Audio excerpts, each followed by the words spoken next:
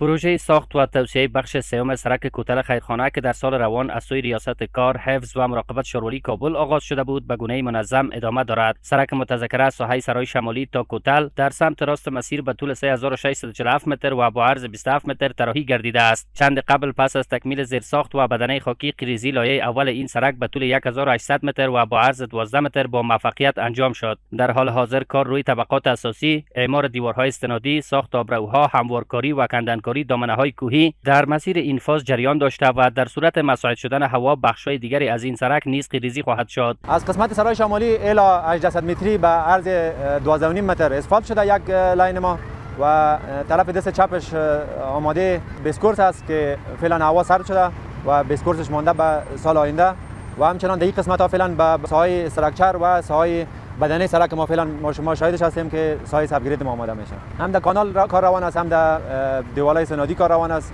و همچنان در قسمت بالایی در قسمت استراکچر هم کار روان است. این سرک که به مثابه دهلیز اقتصادی شمال کابل است، شورولی کابل تلاش دارد تا آن را در زمان تعیین شده و با کیفیت عالی تکمیل نماید. گذشته سرک خیلی خرد بود و بیروبار ازدحام راه بندی گپا خیلی زیاد بود و فعلا ما از جناب شاروال صاحب و کارمنداش، انجینر صاحب و کل همه کارگرای شارولی سپاسگزاری میکنیم. واقعا خدمات زیادی برای مردم ملت به جا آوردین و مردم از این کار راضی است و ان شاء الله که خداوند اجر بدهشان که کارا به آخر برسه و مردم از این سرک بهره مند خوب شون. ان شاء الله کارا خوبش پیش میره. ولی اسلامی مینا وطن آبادو، ولی اسلامی مینا وطن آبادو، وطن آباد.